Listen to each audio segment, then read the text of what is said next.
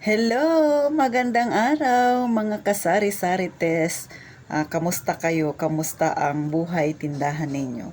So ngayon po, hindi ako magtatapik ng kung ano-ano, ha? Gusto ko lang linawin yung mga ilang bagay na yung iba ay na-chat sa akin, ha? Bakit daw ako nagpapayo-payo o nagsishare ng aking experience? Maliit pa naman yung aking tindahan. Dapat daw ang aking binablog yung talagang mayaman na o talagang payaman na. Sa akin, maliit lang at simple pa lang naman yung aking tindahan. 'Di ba? Kumbaga wala pa ako talaga dun sa mga expert na magpayo-payo. Sa totoo lang po, yung aking pagbablog, ang aking ginawang channel, ito ay salamin ng pangkaraniwang buhay ng tao. Ako ay dating empleyado na nangarap lang noon na magkaroon ng maliit na negosyo, at ngayon na may negosyo na, paano ko ba ito nami-maintain? Kasi ayoko na po talagang bumalik sa pagiging empleyado dahil napakapagod, napakahirap. Ngayon na may tindahan na ako, so ginagawa ko is maintain na lang, 'di ba? Tsaka mapalago yung aking tindahan. So sa mga nagtatanong, ito ay personal kong experience at tsaka sa mga nakikita ko, namamasdan ko ng mga may tindahan. At yung tinatopic ko naman dito ay realidad ng buhay ng mga kagaya kong nasa mahirap na pamumuhay na gusto ring umangat kahit papano. So lahat naman tayo may goal sa buhay. So ako, hindi ako nag-goal ng parang suntok sa buwan, ika nga. Yung ginugol ko yung kaya ko talagang abutin. So 'di ba? Yung mga pangmasay kagaya natin, 'di ba? Mga sari-sari store. So ito yung sinishare ko, at saka sa mga wala pa rin na tindahan, saan ba nagsisimula yung malaking business, hindi ba sa maliit?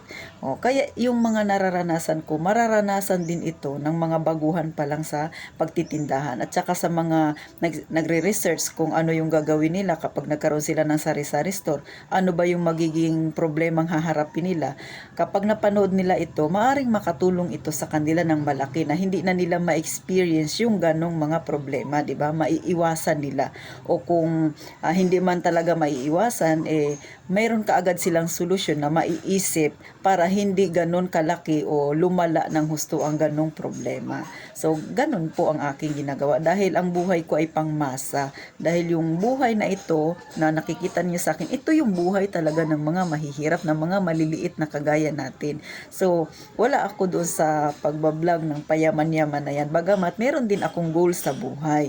Pero dahil ito yung aking sinimulan, so gusto kong i-share sa inyo, paano ba ako nagsimula talaga sa pagninegosyo. Maraming makakarelate sa akin diyan kasi yung iba diyan o yung may mga tindahan dati ring empleyado na ngayon may maliliit na tindahan, at yung iba naman talaga ay umunlad na. So depende na lang yan sa inyo sa paghawak ninyo ng inyong negosyo, kung uunlad ba yan, ululubog ba yan, di ba? So ako, hindi sumasama yung loob ko na kapag tinatanong ako, nagbablog ka, hindi ka naman mayaman, 'di ba? Wala ka namang ganun ka matindi pang karanasan. So, kung sa karanasan po, marami. Kasi ang mother ko po marami rin siyang pinasok na negosyo noon, hanggang sa naging senior na siya ngayon. So, siguro nasa dugo talaga namin yung mahiling magnegosyo ng maliliit, 'di ba? So, kay mother ko yun natutunan. May background na ako. Bagamat sa larangan ng negosyo, baguhan pa lang ako dahil nasa 3 taon pa lang ako nagtitinda. Pero hindi na ito bago sa akin. Kasi nga, nakita ko na ito sa magulang ko, sa mother ko, dahil napakasipag ng aking mother, lalo na sa larangan ng pagtitinda-tinda. Hindi matatawaran yung kasipagan niya. Kaya, hindi niya man ako napayuhan sa kung paano patakbuhin yung negosyo, pero nakita ko naman ito sa kanya. Kaya yun ang sinusundan ko. So sa mga nangyari sa kanya sa pagpapatakbo niya ng negosyo, yung nakita ko na hindi ko dapat gayahin, hindi ko ginagawa. Kasi nga nakita ko rin yung struggle ni mother noon, lalo na sa mga mangungutang. Nako, number 1 talaga yan, sakit ng ulo ng tindahan yan. So ako, hindi ko siya ginaya. So ganon din kayo sa mga baguhan dyan na sinasabi ko ito sa inyo, maaari ninyong maiwasan yun, hindi po ba? So ako kasi ganun nakita ko kay mother, ay ganyan pala, hindi ko yan gagawin, hindi ko gagayahin. So kung hindi man maiwasan na magpapautang ka talaga sa tindahan mo, naglalagay ako ng boundary. So kung hindi makabayad, hindi ganun kasakit sa dibdib ko kasi kaya ko siyang tapalan. So ganun po.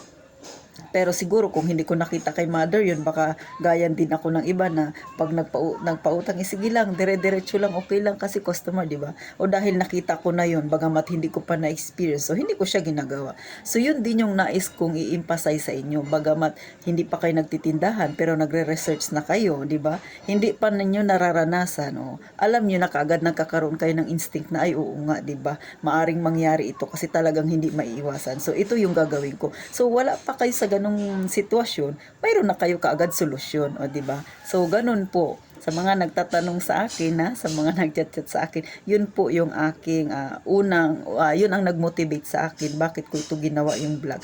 Para ito sa mga kagaya kong mahihirap na may mga tindahan na nag-umpisa talaga na wala man lang nakapag-advise sa kanila. Pero dahil mahilig tayong magmasid sa mga may tindahan kung paano nila napalago. Tapos minsan nagre-research din tayo, di ba? So ganun, malaking tulong po 'yun. So ang sa akin para rin makatulong ako sa kapwa ko na nasa dating estado ng empleyado na ngayon may maliit na negosyo. So kaya po sana katulad ninyo sa mga dating mga empleyado din dyan na nag-iisip sana nakatulong ako, di ba? Sa akin naman hindi naman doon talaga sa talagang yung mayaman na, di ba? Talagang ang aking mga ibinablog eto yung realidad, buhay nating mga nasa mababang level. Hindi naman sabing mababa, pero yung ika nga kung nabibili man natin yung mga gusto natin, talagang dapat pa nating pag-ipunan, o di ba, pagpawisan talaga yung ganun. So, kaya nagsishare din ako ng aking nalalaman para makadagdag din kaalaman sa mga kagaya ko at saka sa mga nag-iisip na magnegosyo diyan, di ba? Sa totoo lang, talaga namang ang hirap ng buhay ngayon. Pero syempre, kagaya ninyo, 'di ba? Lumalaban tayo ng patas. Nasa legal lang tayo, 'di ba? Dahil may takot tayo sa ating Panginoon na gumawa ng hindi maganda. Kaya laban lang tayo at sa doon lang tayo sa mabuti. So sana nalinawan kayo bakit ko nga ba ito ginawa yung channel ko, 'di ba? Maliit lang naman yung aking tindahan. Pero syempre makikita ninyo kung paano ako nagumpisa at paano unti-unti lumalago ang aking tindahan. So, sa mga nag-iisip dyan na magtindahan, maaaring makatulong ito sa inyo. So, maraming salamat. Magkita tayong muli sa susunod ko na i-vlog sa inyo o maaaring mai-advise ko sa inyo. Sana sa ganitong pamamaraan makatulong ako ng kaunti.